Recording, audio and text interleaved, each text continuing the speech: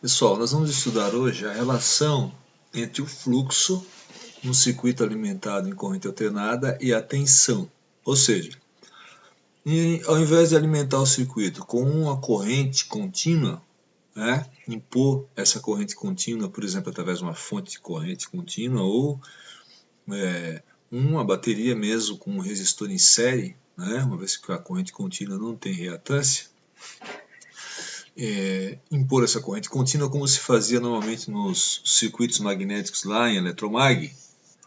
Aqui é um pouco diferente, nós vamos alimentar uma bobina ou um circuito magnético com uma fonte de tensão alternada.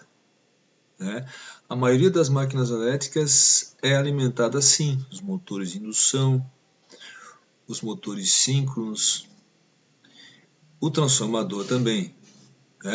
Então essa relação que a gente vai aprender aqui é muito importante, é fundamental na verdade, para entender o funcionamento de todas as máquinas alimentadas em corrente alternada. Essa relação que existe entre a tensão e o fluxo.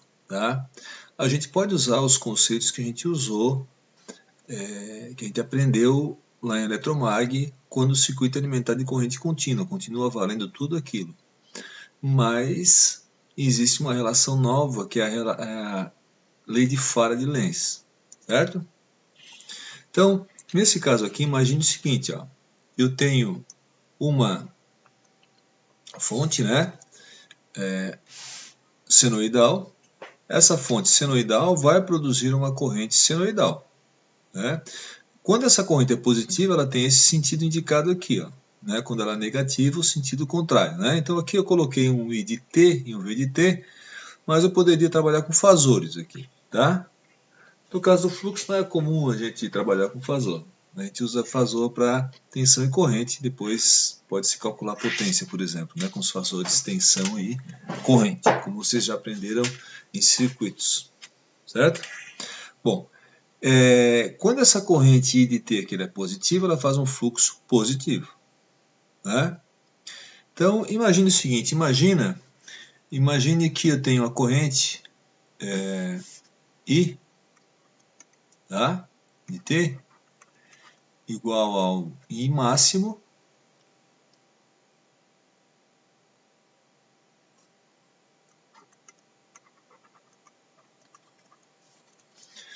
seno de ômega T. Certo? Bom, a gente sabe do eletromagnetismo que a corrente produz o campo magnético H e produz o fluxo. Então, quando existe corrente, existe fluxo. Se não existe corrente, não existe fluxo. Ou seja, quando a corrente é zero, o fluxo é zero. Quando a corrente é máxima e positiva, com esse sentido, o fluxo tem essa direção aqui. Usando a regra da mão direita aqui na bobina do primário, note que a corrente está nessa direção, os dedos nessa direção, o polegar da direção do fluxo, que é essa indicada aqui em vermelho. Quando a corrente é negativa, o sentido contrário, o fluxo também vai ser negativo. Então, o fluxo, ele também vai ser senoidal. O fluxo vai ser um fluxo máximo seno de ômega T também. Certo? Bom, note, como esse fluxo varia com o tempo, ele fica positivo, negativo, varia senoidalmente, Quando ele é negativo, na verdade, ele está na direção contrária do que é indicado aqui, Então, na verdade, a polaridade da tensão no sentido da corrente do fluxo são as convenções, Quando essas grandezas são positivas, elas têm essas polaridades ou direções, Quando elas são negativas, o contrário. Esse fluxo variando com o tempo, o que ele vai fazer lá do eletromagnetismo? Vai induzir uma força eletromotriz. Eu vou chamar essa força eletromotriz de E. Certo? N, variação do fluxo com o tempo. Normalmente lá no eletromagnetismo a gente coloca um menos aqui, que é a lei original de Faraday-Lenz, ela tem um menos. Mas nesse caso aqui, que seria o caso de um elemento passivo, né? Isso aqui nada mais é do que uma bobina no circuito, né? Então, nesse caso de elemento passivo, a gente acaba tirando o menos da lei de Faraday-Lenz. Se fosse um caso de um gerador, né, convenção elemento ativo, para a qual a lei de Faraday-Lenz foi deduzida originalmente, então apareceria um menos aqui, tá? Então a gente não vai se estender muito aqui nessa questão do sinal agora, mas sim tentar descobrir o que vai acontecer entre esse fluxo, né, e a tensão imposta. Note que, se eu fizer a lei de Kirchhoff aqui, ó, eu tenho uma tensão e uma força eletromotriz, né? Então aqui, ó, eu vou ter uma força eletromotriz E. Note por isso elemento passivo, pessoal, ó. A corrente entra no polo positivo da força eletromotriz, né? Do E, né? Esse E aqui é um E de T também, né? Certo? Nesse caso de elemento passivo, não é o caso gerador, a gente não usa o menos a lei de Faraday-Lenz, tá? Bom, se a gente fizer a lei de Kirchhoff aqui, eu vou ter menos V de T mais E igual a zero. Menos V, né? Mais E, que é a força eletromotriz, igual a zero. O que é o V? É a tensão da fonte. O que é o E? É a força eletromotriz induzida pela variação do fluxo, já que esse fluxo varia sinusoidalmente. Por quê? Porque a tensão é alternada, positiva, negativa, positiva, negativa. A corrente que ela produz também, positiva, negativa, positiva, negativa. O fluxo um sentido no outro, positivo, negativo, né? A FEM vai ser alternada também, certo? Bom, quando a gente faz a lei de Kirchhoff aqui, menos V mais E igual a zero, eu chego à conclusão que o V, que é a tensão da fonte, é igual à força eletromotriz. Isso aqui é fundamental, ou seja, eu não estou dando chance para a bobina para ela ter uma força eletromotriz qualquer, como seria um caso, por exemplo, de uma bobina em que eu tivesse um ímã se aproximando e se afastando dessa bobina. Quanto mais rápido eu aproximar e afastar o ímã, maior vai ser a força eletromotriz. Quanto mais lentamente eu aproximar e afastar o ímã de uma bobina, menor vai ser a força eletromotriz. Então eu posso calcular a força eletromotriz usando a lei de Faraday-Lenz, certo? Nesse caso aqui é diferente. Por que é diferente? Porque eu estou colocando a bobina em paralelo com uma fonte, né? Então eu já sei quanto é que é a força eletromotriz, certo? Então, aqui a pergunta seria a seguinte: se eu já sei quanto é que vale a força eletromotriz é igual à tensão que eu apliquei. Eu já sei quanto vale a força eletromotriz. Eu sei quanto é que vale também o número de espiras da minha bobina, o N, certo? Também sei quanto é que vale o N. Bom, a variação de fluxo com o tempo, a gente vai, na verdade, logo em seguida mostrar para vocês que no fundo isso aqui é a frequência, certo?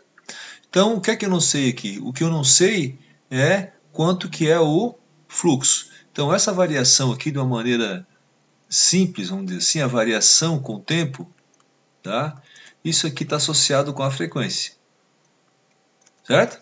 Então, eu conheço também a frequência da rede é 60 Hz, aqui varia 60 vezes por segundo, a fonte. A corrente também e a força eletromotriz também, né? Então, na lei de Faraday-Lenz, ao invés de eu calcular a força eletromotriz, eu sei quanto é que vale a força eletromotriz, é igual à tensão que eu apliquei, né? Eu sei quanto é que vale o número de espiras. E eu sei também como que esse fluxo varia com o tempo. Ele varia com o tempo na mesma razão que a corrente que o produziu e que a tensão que produziu a corrente. Ou seja, a frequência. Então eu conheço a frequência, essa variação com o tempo. A única coisa que eu não conheço é o fluxo, certo? Só que isolar o fluxo aqui, calcular o fluxo nessa equação fica difícil, tá? Na verdade, esse delta aqui, se eu fizer esse delta bem pequenininho, isso vira um dφ dt, que é a noção de derivada que vocês vão aprender, né? Quem for fazer engenharia no curso superior, no mesmo outros cursos, vai aprender sobre derivada, mas isso aqui nada mais é do que a derivada. A variação de uma grandeza em relação à outra é derivada, certo? No caso aqui é a derivada do fluxo em relação ao tempo, ou seja, a variação do fluxo com o tempo, né? Essa variação, na verdade, quanto maior ela for, maior a Vafem. No fundo, essa variação aqui está associada com a frequência, certo? A gente vai mostrar para vocês logo em seguida. Então, eu vou fazer o seguinte aqui. Eu vou tentar, em vez de trabalhar com a equação original de fora de Lenz, eu vou resolver a equação, tentar resolver a equação, mostrar para vocês, na forma senoidal. Porque se essa tensão aqui é senoidal, ela é igual a Φ, né? Elas são iguais. A corrente vai ser senoidal e o fluxo está em fase com a corrente, né? Se a corrente é um seno, o fluxo é um seno. A gente já viu por quê. Se a corrente é zero, o fluxo é zero. Se a corrente é máxima, o fluxo é máximo. Então, como a gente conhece essa relação entre fluxo e corrente, vamos tentar descobrir quanto que vale a Φ. Apesar de que depois eu sei que a Φ tem que ser igual à tensão. E o que eu vou realmente calcular é o fluxo, certo? Então, eu fiz aqui na outra página, no outro quadro, esse fluxo senoidal, certo? Né? O fluxo, e a gente sabe que esse fluxo, um φ de t, né? É um fluxo máximo, né? Seno de ômega t. Eu não vou colocar corrente M15, mas a corrente ela vai estar com outra escala e ela está em fase com o fluxo, né? Vamos deixar para deixar mais limpo aqui, vamos tentar descobrir quanto é que vale a Φ, certo? Então, imagine o seguinte, imagine que eu quero saber a Φ para t igual a zero, nesse ponto aqui, ó, certo? Se eu fizer um zoom nessa região aqui, opa, vou fazer assim, ó. Se eu fizer um zoom, eu vou fazer verdinho aqui, vou fazer um zoom nessa região aqui, certo? E vamos trazer aqui para baixo. Eu vou observar o seguinte, ó. Aqui eu tenho o tempo, né? E aqui eu tenho o eixo, no meu caso aqui o fluxo, e o fluxo ele está assim, ó, né? Então aqui eu tenho o fluxo. Note, nesse caso aqui, ó, se eu pegar esse ponto aqui, eu teria o valor final e aqui o valor inicial, certo? Então aqui, ó, eu teria o tempo final e aqui o meu tempo inicial.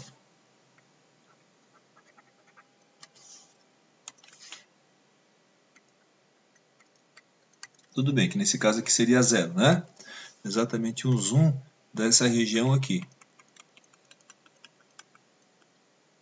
Certo, pessoal? Note que aqui, ó, nesse ponto aqui,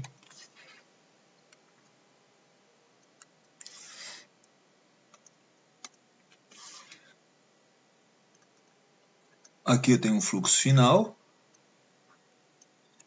e aqui em zero eu teria um fluxo inicial, né? Que na verdade é zero nesse caso, né?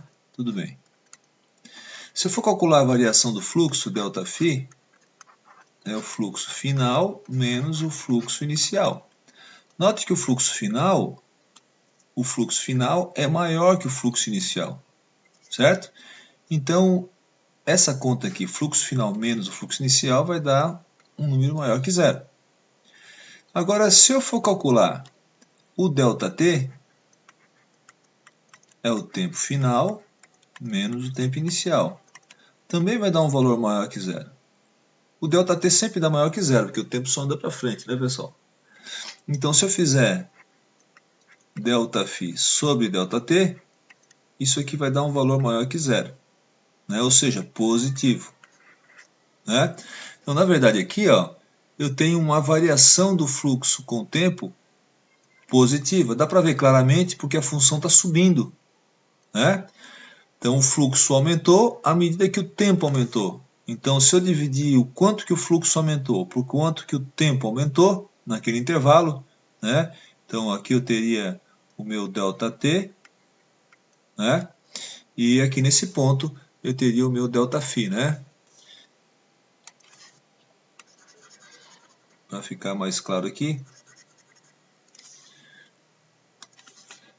nesse trechinho aqui, o ΔΦ. Né? Ou seja, o fluxo saiu de um valor baixinho, em 0, e aumentou, né? Então, o valor final maior que o valor inicial. Dá uma variação positiva. Se eu calcular isso aqui, dá um valor positivo. Multiplicado pelo número de espiras, vai dar uma FEM positiva. Então, vocês concordam que nesse caso aqui, a minha força eletromotriz, ela é positiva. Claro que vai ter uma escala em volts, diferente do fluxo que é Weber, né?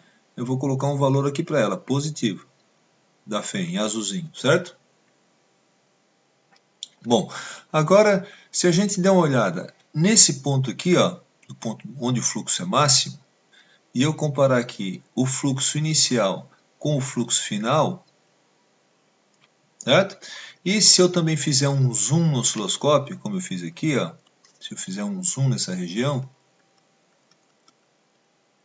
vou trazer esse zoom para cá, ó,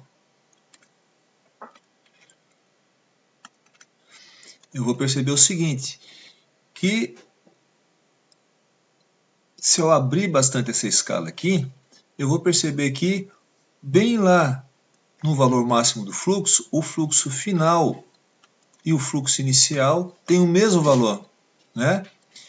E aqui eu teria o ΔT, certo? Mas se ele tem o mesmo valor, o fluxo final é igual ao inicial, o ΔΦ é 0. Portanto, se o fluxo não variou, nota ele é máximo, mas o valor dele, num ponto bem próximo um do outro aqui, não varia, né? No mesmo intervalo de tempo não ia variar, certo? Então isso aqui vai dar 0. Ou seja, quando o fluxo é máximo, na verdade ele não varia com o tempo. Exatamente nesse instante aqui, se eu pegar dois pontos bem próximos, eu vou ver que não muda de valor. Então a força eletromotriz nesse caso vai dar 0. Força eletromotriz estou colocando de azul, né? Bom, agora nesse ponto aqui, ó, note, o fluxo está descendo, estão vendo? Aqui você já deve ter percebido, fica bem fácil, que aqui eu tenho uma variação negativa. O fluxo final é menor que o fluxo inicial, né? No intervalo de tempo. Então isso aqui vai dar uma FEM negativa, porque a variação, o cálculo dφ sobre dt vai dar negativo. Mas vamos dar uma analisada melhor, porque aqui o desenho está muito pequenininho. Vou trazer para cá, ó, esse caso aqui, certo? Então eu tenho aqui, ó, aqui o eixo do tempo, e aqui o fluxo que é positivo, está numa certa direção, fica 0, e aí começa a inverter de sentido, vai na outra direção, né, pessoal? Então se a gente olhar para o nosso desenho inicial aqui, a nossa bobina com o nosso circuito magnético, essa direção aqui, quando o fluxo é positivo, né? Aí ele vai diminuir de valor, vai ficar 0, e aí começa a circular na direção contrária, que a corrente também vai inverter o sentido, né? Então ele começa a ficar negativo, certo? Nesse caso aqui, se a gente tomar cuidado, eu vou dizer que aqui, ó, eu tenho um tempo inicial, tá? Um tempo inicial, e aqui um tempo final, né? Então, vou chamar TF, TI. Então, aqui seria o ponto inicial e aqui o ponto final, certo? Colocando aqui o eixo do fluxo,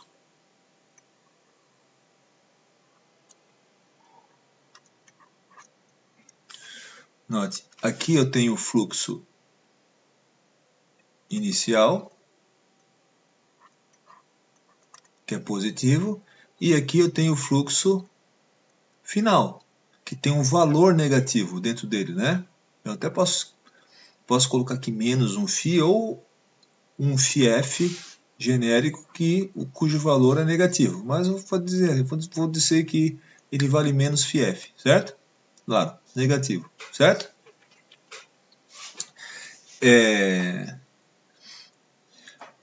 Enquanto nesse caso aqui, ele varia mais φf, né? Porque tem um valor positivo aqui, certo? Né? Então aqui ele tem um valor mais φf, certo? o fluxo final era positivo. O inicial aqui era 0, mas poderia ser negativo também, né? Que deve ficar fluxo final menos o negativo, menos com menos ia dar mais, certo? Ia dar positivo também aqui. Apesar de que no caso inicial eu coloquei no 0, né? Aqui eu poderia ter feito isso também comparado com o 0, mas eu resolvi comparar um ponto positivo e um ponto negativo, certo? Nesse caso aqui vocês notem, ó, se eu for fazer a variação do fluxo, fluxo final menos o fluxo inicial, né? O fluxo final é negativo, menos o fluxo inicial, que é positivo, menos com menos vai dar menos. Então esse valor aqui vai dar menor que 0, né? Imagina que o fluxo inicial aqui vale 10 e o fluxo final vale menos 10, só como exemplo, né? Então, a variação é sempre o final menos o inicial. Então, menos 10 menos o fluxo inicial, que é 10, vai dar menos 20. Claro, dividido pelo ΔT, né, pessoal? Dividido pelo ΔT. Então, eu vou só colocar isso aqui um pouquinho mais para cima aqui para ter espaço para a gente trabalhar. Certo? E, nesse caso aqui, a minha variação do fluxo com o tempo, eu não fiz aqui o ΔT, mas o ΔT note, ó, o tempo final, que é esse aqui, é maior que o tempo inicial. O tempo só anda para frente, né, pessoal? Então, o tempo final sempre maior que o inicial, o ΔT vai dar sempre positivo, né? Então, nesse caso aqui, o meu ΔΦ dá negativo. ΔΦ dividido por ΔT, que é positivo, vai dar uma variação, um valor menor que 0, ou seja, uma variação negativa. Se eu fizer esse cálculo, dá negativo, né? Na verdade, porque o fluxo está diminuindo de valor, ó. Tá vendo? Ele está diminuindo de valor, como a gente mostrou aqui. Então, o ΔΦ sobre ΔT dá negativo. Multiplicando pelo número de espiras, que é positivo, eu tenho uma força eletromotriz negativa, certo? Nesse caso aqui. Eu vou colocar aqui assim, ó. Mais ou menos aqui, ó. Tá? Note aqui, ó. Quando o fluxo é máximo e negativo, se eu pegar dois pontos próximos, eu também não vou ter variação. Fluxo inicial e fluxo final. Aqui a variação era 0. Aqui ela é positiva, aqui ela é negativa. Aqui a variação é 0 também. Não varia. Portanto, a força eletromotriz é 0. Né? Note que aqui, ó, é claro que eu coloquei aqui em função de tempo, mas eu poderia ter colocado ômega-t sem problema. Aqui o meu fluxo está subindo novamente, está aumentando de valor, tá vendo? Portanto, a variação é positiva, como aqui no começo, em t igual a 0. Então aqui eu tenho uma variação, né, positiva, a gente já viu aqui, ó, né, uma variação positiva e, portanto, uma FEM positiva. Né? Então eu vou fazer em azul aqui também, aqui daria uma FEM positiva. Certo? Se a gente juntar os pontos agora, eu vou tentar juntar aqui, ó, é meio difícil aqui, mas acho que eu consigo. Juntar os pontos que a gente fez até agora.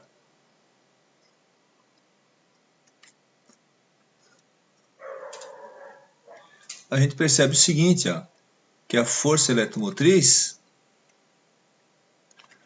ela fica defasada do fluxo, né? A força eletromotriz é um cosseno, tá? Na verdade, a gente teria que, para resolver essa equação aqui, né? A lei de Fala-de-Lenz, no caso genérico, teria que usar a noção de derivada, certo? Eu tenho o fluxo e eu calcularia a FEM. Então, como vocês não viram derivada ainda, eu vou colocar direto a solução, né, da lei de Fala-de-Lenz, certo? Se eu aplicar a lei de Fala-de-Lenz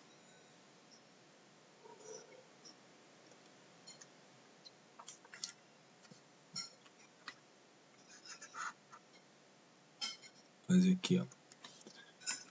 Se eu aplicar a lei de Fala-de-Lenz, tá, na equação do fluxo, que está aqui, vou apagar esse pedacinho aqui, deixar bonitinho, né? Eu aplicar a lei de Fala-de-Lenz aqui, quanto que dá a força eletromotriz, tá? Daí eu vou ter que colocar o valor direto para vocês aqui, porque vocês não viram derivada ainda, né? Vai dar o seguinte, vai dar o fluxo máximo, esse número de espiras que aparece aqui vai aparecer aqui também, tá?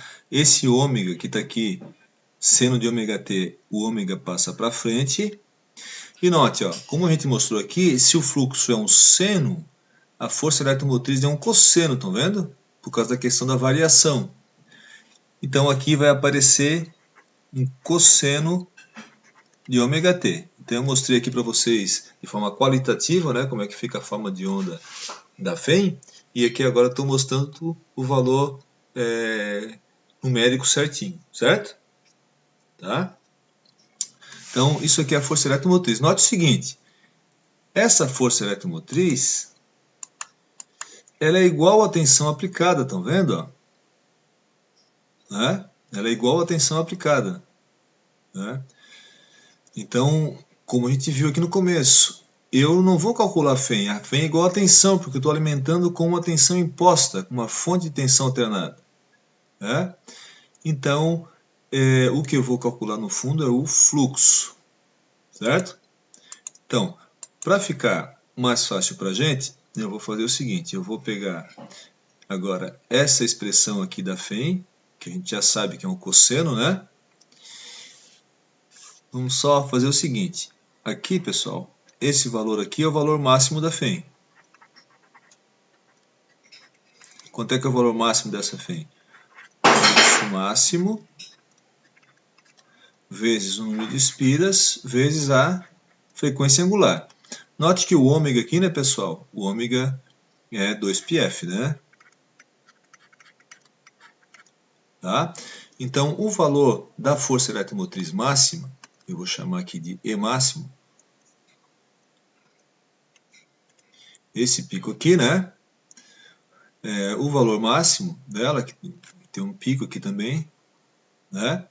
Esse valor máximo vale fluxo máximo vezes o número de espiras vezes o ômega, que é a frequência. Note, quanto maior a frequência, note que tem relação com a equação, claro, né? Porque ela veio da lei de Faraday-Lenz, só para o caso senoidal. A lei de Faraday-Lenz é genérica e ali a gente fez a dedução para o caso senoidal. Quanto maior a variação do fluxo com o tempo, ou seja, quanto maior a frequência, maior a FEM. Quanto maior o número de espiras, maior a FEM. Quanto maior o fluxo, também maior a FEM.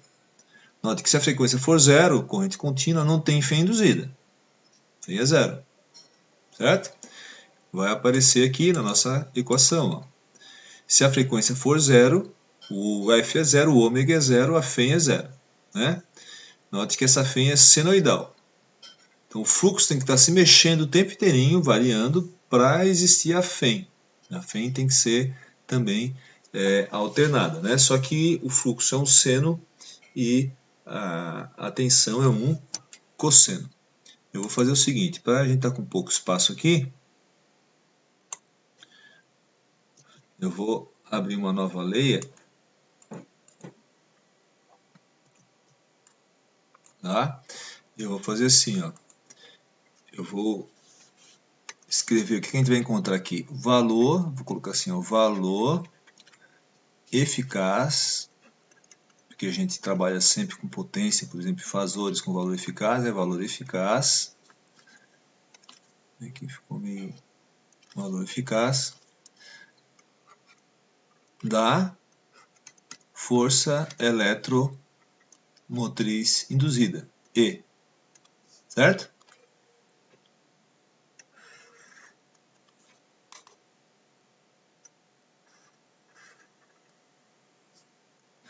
Então, como é que eu acho o valor eficaz do E?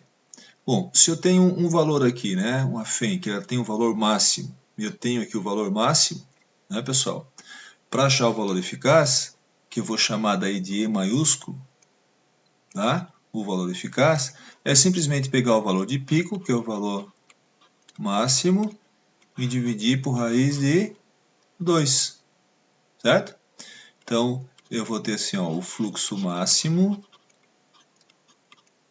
vezes o número de espiras vezes a frequência angular. Mas eu vou escrever em termos de hertz, né? 2πf.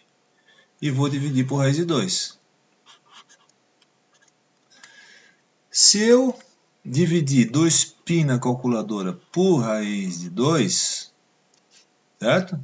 2π dividido por raiz de 2, vamos ver se a minha calculadora aqui tem aqui, ó, 2 vezes π igual a 6,28, né? Divide por 2, cadê a raiz aqui? Raiz igual 4,4428, lá vai, né? Em geral a gente arredonda e deixa só nessas 3 primeiros algarismos significativos, certo? Então, se eu arredondar isso aqui, eu vou ter 4,44 vezes o número de espiras vezes o fluxo máximo vezes a frequência, certo? Bom, o que é isso aqui? E igual a 4,44 vezes o número de espiras vezes o fluxo máximo vezes a frequência. Isso aqui é a lei de fora de Lenz também, que nem E igual a N delta φ delta T, certo? Então, aqui eu tenho lei de fora de Lenz.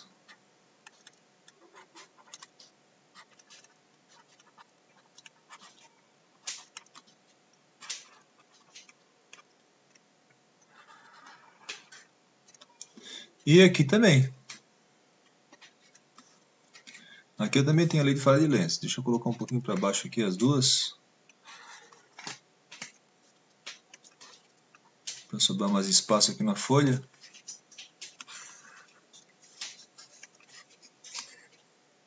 Né? Então, aqui no quadro verde no computador, a gente tem algumas vantagens, na verdade, né? Ó, eu posso fazer Ctrl+C, Ctrl+V. No quadro lá teria que escrever, né? É a lei de fora de Lenz, certo? Qual a diferença das duas? Ora, a gente deduziu aqui agora, né? Na verdade é o seguinte, esse aqui é o caso geral, vale para qualquer forma de onda, só que fica difícil de a gente fazer o cálculo. Esse aqui, a gente deduziu para qual caso? Vamos voltar. Primeiro, a gente considerou que a fonte é senoidal, portanto a corrente é senoidal e o fluxo é senoidal. Então a gente está trabalhando com um caso senoidal, uma fonte de tensão alternada senoidal, que produz uma corrente senoidal e um fluxo senoidal. Com esse fluxo senoidal, a gente calculou, né, a gente fez qualitativamente aqui no gráfico, viu que a FEM dava um cosseno, mas a gente calculou, né, eu mostrei já o resultado para vocês, precisaria da noção de derivada, a FEM. Né? Note que ficou cossenoidal, na verdade um seno defasado de 90 graus, né? Certo? Então é para o caso senoidal. E, além de ser para o caso senoidal, aqui a gente tirou o valor eficaz, né?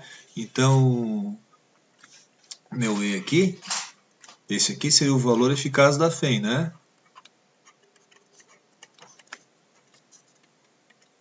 Da força eletromotriz, né? Força eletromotriz, certo? Bom, então essa fórmula que a gente conseguiu deduzir aqui, ela não vale para qualquer caso, ela vale só, né, para o caso senoidal ou cossenoidal, né? E valor eficaz. Ora, como a gente trabalha com 60 Hz, né, da nossa rede da Celesc, que é senoidal, então dá para a gente usar a lei de fora de Lenz nessa forma aqui, certo, pessoal? Vai usar bastante nessa forma aqui, certo? Vamos levar isso aqui agora lá para o nosso primeiro slide.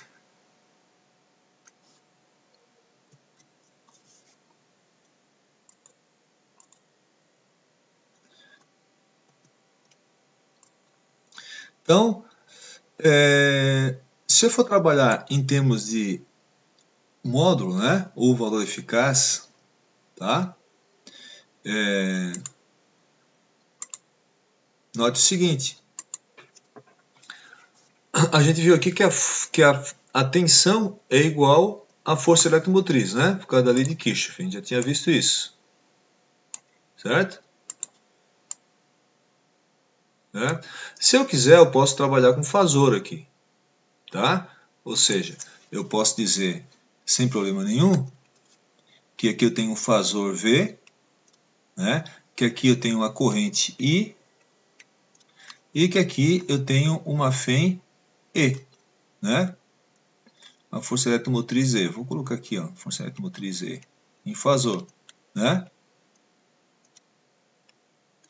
Certo? Posso trabalhar no tempo ou com fasor, como a gente já viu lá em circuitos. Se eu fizer a lei de Kirchhoff aqui, eu vou ter menos V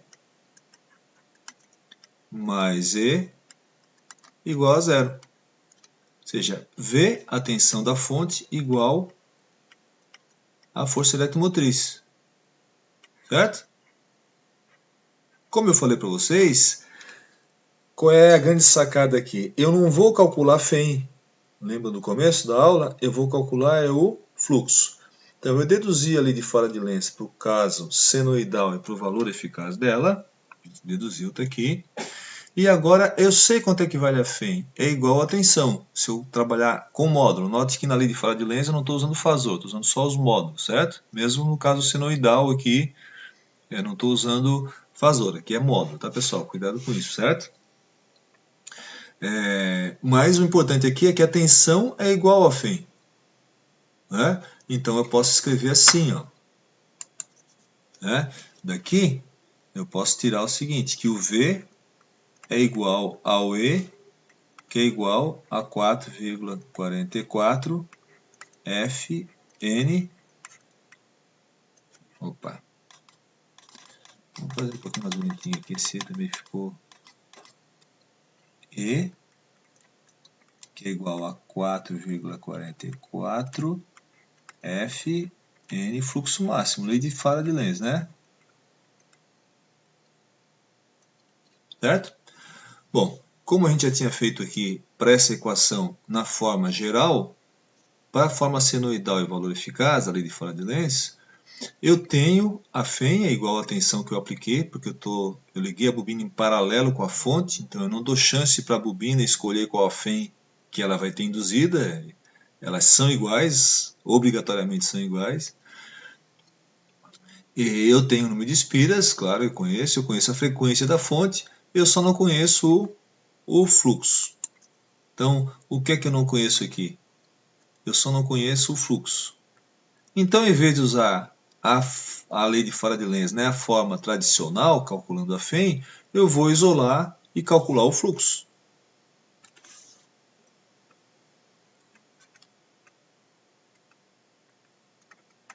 Então, aqui que está, ó. Em vez de usar E, eu posso colocar V, então. 4,44 F vezes N.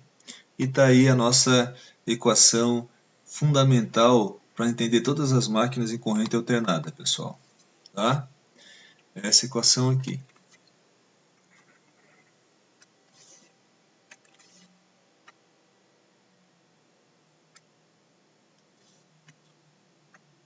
Né? Na verdade, é a lei de fora de Lenz, né? Só que a gente isolou o fluxo aqui. O que é que acontece nesse caso, então? Se eu dobrar a tensão, se eu colocar 220 volts, por exemplo, 60 Hz, 100 espiras, vou ter um fluxo.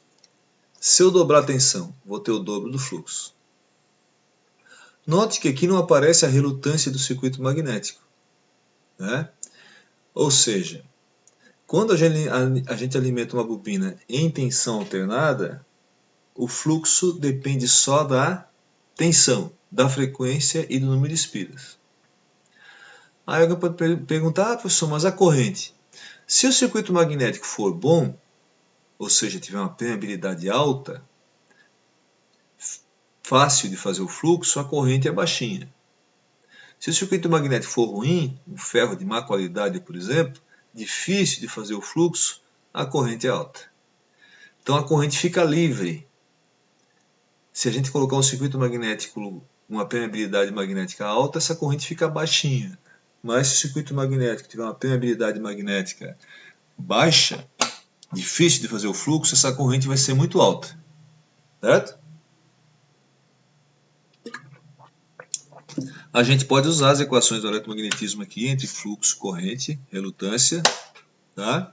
Só que ao invés de calcular o fluxo, que é o que a gente fazia normalmente, aqui eu já sei o fluxo, eu calculo o fluxo pela lei de Faraday-Lenz.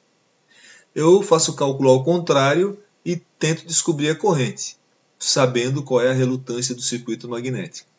Certo? Vocês notam que isso aqui, essa teoria que a gente viu agora, tem que estar de acordo com os circuitos elétricos, que vocês estudaram no semestre passado. Tá? E a gente não colocou na layer 2 aqui, ó, na camada 2, eu não coloquei a corrente. Eu vou colocar a corrente agora. Olha só o que acontece. Corrente. A corrente, ela está em fase com o fluxo. Portanto, se o fluxo, não tinha colocado para não deixar muito denso aqui o desenho, né? Fluxo zero, corrente zero. Fluxo máximo, corrente máxima. Certo? Depois fluxo zero, porque é a corrente que faz o fluxo. Claro. A corrente aqui, pessoal. Note, a corrente considerou um seno. Se a corrente é um seno, o fluxo é um seno.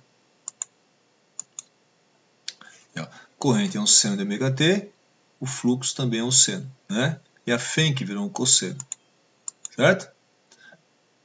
Só que, observe, a força eletromotriz E, a gente viu no começo, o V é igual ao E.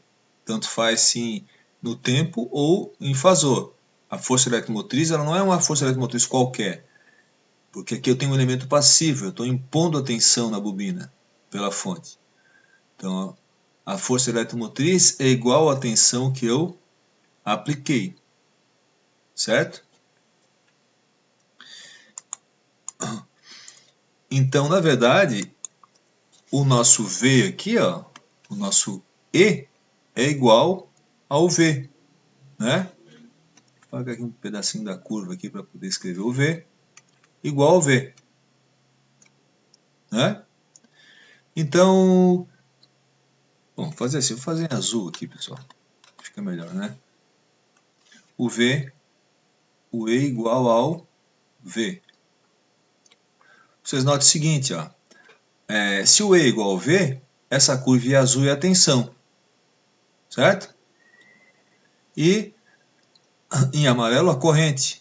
Note que a corrente, tá? Ela está, vou pegar uma outra cor aqui. Pode ser esse azulzinho clarinho aqui. A corrente, ela está atrasada da tensão de 90 graus, como ela é em circuitos. Né? Claro que aqui está no tempo, mas se eu fosse colocar em graus, isso aqui daria 90 graus. Né? Note que a tensão é um cosseno e a corrente é um seno. Né? Se eu fosse fazer um diagrama fasorial, por exemplo, eu poderia colocar a tensão no zero, o V, né? No zero. A minha tensão da fonte, o V, no zero, que é igual ao E, né? Fasorialmente. E a corrente atrasada de 90 graus.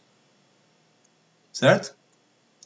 Como é uma bobina, simplesmente uma bobina no circuito elétrico normal. Tá? Como eu falei para vocês, se o circuito magnético for bom, sem entreferro, essa corrente aqui vai ser pequenininha. Se o circuito magnético for ruim, essa corrente vai ser grande. Tá? Essa corrente aqui, normalmente a gente chama, no caso do transformador, essa corrente é uma corrente de uma bobina qualquer, como lá em circuitos. Mas no caso do transformador, a gente chama essa corrente de magnetização. É aquela corrente que faz o fluxo, que magnetiza o transformador. Mas nada mais é do que uma corrente que circula numa bobina em corrente alternada. Né? Aqui eu não chamei ela de magnetização, porque eu estou trabalhando simplesmente com o conceito de uma bobina. Né?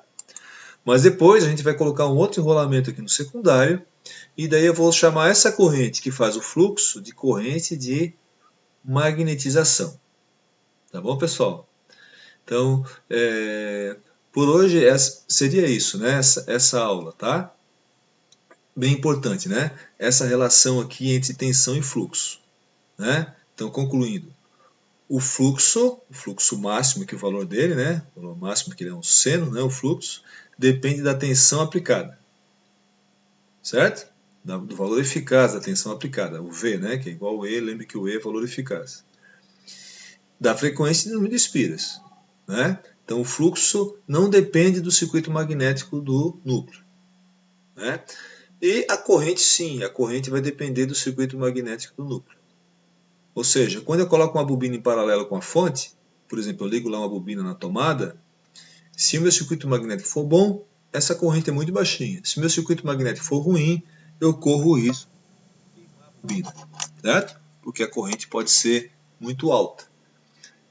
Por exemplo, se eu tirar um núcleo de ferro, o fluxo vai ser o mesmo, que é o mesmo número de espiras, a mesma tensão, a mesma frequência, não muda o fluxo. Mas agora não tem mais um núcleo, é ar. O ar é pelo menos umas 1000 vezes no ar pior fazer o fluxo que no ferro. Agora, como é que a gente vai fazer esse mesmo fluxo no ar, né? Bom, a bobina vai ter que dar o jeito dela. O que ela vai fazer? Vai aumentar a corrente para poder fazer o fluxo. Um fluxo que induz uma força eletromotriz igual à tensão que a gente aplicou, vamos supor, 220. Essa corrente vai ser tão grande nesse caso que certamente vai queimar a bobina, né? Então a corrente alternada tem esse detalhe, a gente tem que tomar cuidado. O circuito magnético tem que ser o melhor possível, sem entreferro, para a corrente de magnetização, aquela que faz o fluxo, ser pequena. Porque o valor do fluxo depende da tensão. Eu gosto de falar assim, que a tensão é o patrão, certo? Ela que diz o valor do fluxo, e o escravo é a corrente. A corrente está escravizada aqui, ela que vai ter que fazer esse fluxo de qualquer jeito, né? Então a tensão impõe o valor do fluxo pela fórmula da lei de Faraday-Lenz. Mas é claro que a tensão vai fazer a corrente que vai fazer o fluxo. Mas em última instância, o valor desse fluxo depende da tensão. E como quem faz o fluxo é a corrente, né? É a corrente diretamente, se a corrente é zero, o fluxo é zero, se a corrente é máximo, o fluxo é máximo, tanto que eles estão em fase, então a corrente faz diretamente o fluxo. Então a corrente vai fazer esse fluxo. Se o circuito magnético for bom, ela pode ter um valor pequeno. Se o circuito magnético for ruim, né, um ferro de má qualidade, por exemplo, com a permeabilidade magnética baixa, a corrente vai ser bem alta, né, para fazer esse fluxo. Tá bom, pessoal? Obrigado.